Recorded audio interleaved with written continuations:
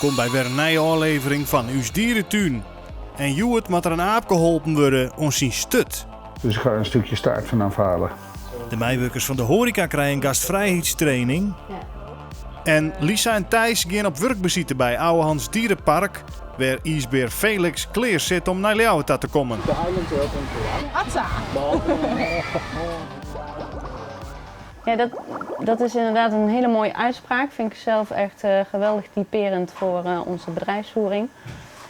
Vandaag gaan we dus die training Excellent Gasvrij geven. En vaak wordt er gezegd van, ja, wat vind je eigenlijk, wanneer is het voor jou lastig om gasvrij te zijn? En dan is meestal het antwoord van de medewerkers dat ze het lastig vinden om gasvrij te zijn als ze een omgang hebben met lastige gasten. Waarvan wij eigenlijk zeggen van, ja, lastige gasten die bestaan bij ons niet. Dus wij maken straks een groot vierkant op de vloer met plakband. En daar leggen we de kleuren in van de disktypologie. Bijvoorbeeld een rode gast, dat is echt een dominante gast. Die is heel duidelijk in wat hij wil en die is nogal kortaf. En ja, wat de truc is, dat je daar als medewerker dus ook gewoon goed op aansluit en goed reageert op wat hij wil. Dus dat je inderdaad snel handelt. En wat voor gast ben ik, denk je? Ja, dat is wel een moeilijke vraag, want ik ken je pas 1 minuut. Dus dat is voor mij een beetje moeilijk om in te schatten. Maar ik vind je wel een beetje groen ook wel, een beetje stabiel, sociaal, een beetje mensgericht. Dat idee heb ik er wel bij. En hoe zou u mij dan moeten behandelen als gast? Ja, dan in ieder geval op een sociale manier. Dus u bent waarschijnlijk een gast die dan graag een praatje kon maken aan de balie. Ik zal zeker ook interesse tonen in uw kinderen. En wel op een serieuze manier, maar wel ja, met gevoel. Ja. Leuk. Ja. Ik heb gezegd, ik heb de test 2 keer gemaakt. De eerste keer was ik er niet mee eens. Nou, dan mag ik daar staan. Maar na vandaag alles te horen en is het dus inderdaad...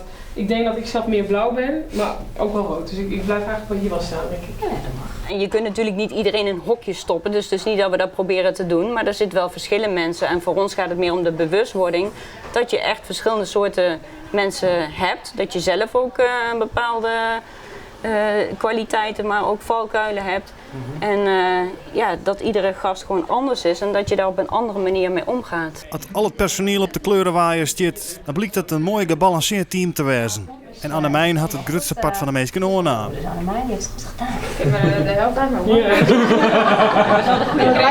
Wij zijn wel alle kleuren. Geel is Maar ook heel grappig om te zien dat andere mensen ook heel snel dingen van jou zien. Maar ook dat jij heel snel dingen van andere mensen ziet. Ik moet wat meer structuur gewoon in mijn werken brengen. Ik denk dat dat de beste omschrijving is. Ik moet zorgen dat ik niet te snel overal ja op zeg en ga ik doen en dat soort dingen. Niet te snel toezeggingen. En het is prima als ik mensen wil helpen, maar ik moet wel zorgen dat ik ook mijn eigen dingen nog klaar krijg. En niet dat ik mezelf zeg maar daarmee, nou ja, eigenlijk in mijn eigen vingers snij. Thijs en Lisa zijn op werkbezoek bij Ouwehands Dierenpark in Renen. Want daar zit ijsbeer Felix en die komt door een weekend naar Leeuwarden. Ja, onderling om de dierverzorgers gaan we toch vaak inderdaad, als jullie ook kijken bij de mensen die ik ken. En zeker ook als je een nieuwe diersoorten krijgt, dan ga je inderdaad meerdere plekken bekijken van hoe kunnen we het beste voor alles zorgen. Ja, je moet wel de kennis in huis halen om zo goed mogelijk voor de dieren te kunnen zorgen. We hebben wel een idee hoe dat moet, maar je kan beter uit meerdere ervaringen gaan kijken van nou, hoe gaan we het aanpakken. De ijsberen bij Ouwehands krijgen ommedaai, vlees en vis. En het voederpatroon maakt zo vol mogelijk liedje op de natuurlijke omstandigheden. In de zomer meer nuten en groentes en in de winter meer vlees. En ze toch een moord van levertraan. En Felix, als die vis eet, hou je vast op 30 kilo. 30 kilo. Maar dat is om de dag. Ja, om de dag. Ja. Maar als we dus stoppen met de levertraan, dan zie je die huid gelijk zo.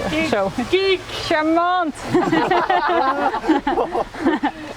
Huggy is iets aan de dikke kant, maar dat lekker buikje. Maar bij haar maken we ons er nu niet zo zorgen omdat ze mogelijk drachtig is. En de zomer moet nog komen, de magere maand, dus een beetje vetreserves voor haar niet zo erg. En ijsbeer ben ik verrekte handig met het eten van nuutjes.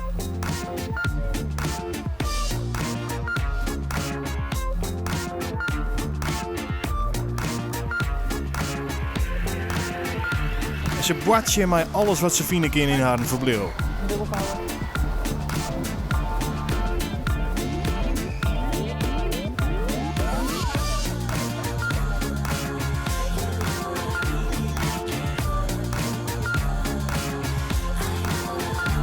Felix is even naar binnen hellen, zodat Thijs en Lisa in de kunde komen kennen met deze grauwe ijsbeer. Ja, het dieet, maar ook inderdaad de verrijking en gewoon kijken van wanneer zien ze er gezond uit, wanneer zijn ze ziek. Dan moet er maar gauw naar boeten. Lisa leidt even een kratje met vleesdel. Ijsberen kunnen bloed op 50 kilometer roeken, dus dit maakt wel slagje.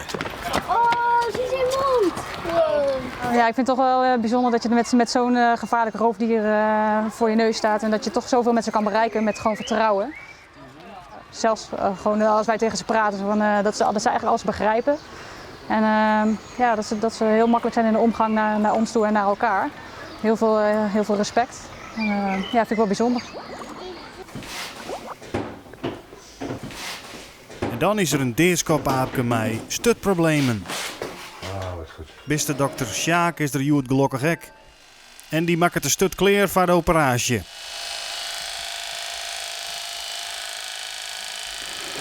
Die staartpunt die is levensloos, dus ik ga er een stukje staart van afhalen. Dat is gemeen natuurlijk, maar dat is niet anders. Nou, bloed. Zit in iedere aap, hè? Zeggen wij dan. De beste dokter snijdt het deren stukje stut eraf. Dat moet er wel voorzichtig doen, want hij moet het daarna ook weer goed hechten kunnen. Goed zo. Je snapt het. Dit hechten mat wel, want anders komt het te volle bloed uit de stut. En komt er vierst te volle smargers in de wond. Nee. Dan doen we het straks al even. Ja. Dat is netter, hè? Dan geneest het netter. Dan wordt de stut nog inspoten met een speciaal spul, zodat de aap er net onder zit. Want die had de neiging om oerenlang te zitten. Zit niet op. Ik kan hem even wegen nog. En zodra het aapje wekker wordt, kunnen we bij de groep. En eindelijk is het dan Safir. De eerste ijsbeer komt naar Ljouwert. Maar ijsbeer Felix komt Joet net. Want het is oerdij te heet. Nee, Felix die komt woensdag. IJsberentransport is best wel complex eigenlijk. Dus ze moeten allemaal getraind worden om in de kisten te gaan, want je wil ze liever niet verdoven. Dus dat komt vrij precies allemaal. Het is ook vrij benauwd nu, dus we gaan Felix ook met een speciale koelwagen wordt hij gebracht. De ijsbeer mag het natuurlijk niet te warm krijgen, zeker in combinatie met stress kan dat vervelende gevolgen hebben. Dus dan stellen we het liever heel eventjes uit en dat we risico's gaan nemen met hem. Maar vannacht is er wel uit Denemarken de trein heel hier de ijsbeer Manu oerkaan. En die wordt Joet in China verblijf gebracht.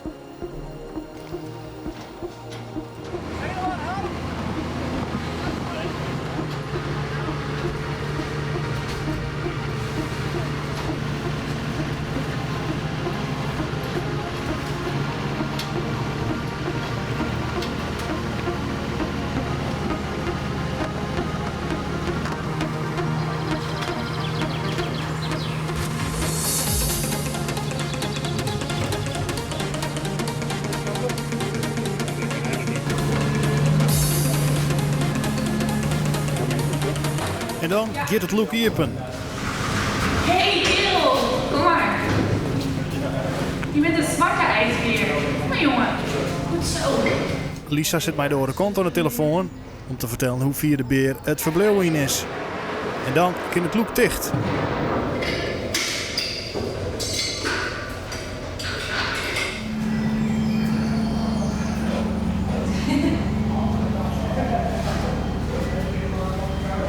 Het is gelukkig allemaal goed gegaan en hij zit hier nu achter ons binnen in zijn binnenverblijf. En daar blijft hij even een aantal dagen zitten om even te wennen aan zijn nieuwe omgeving.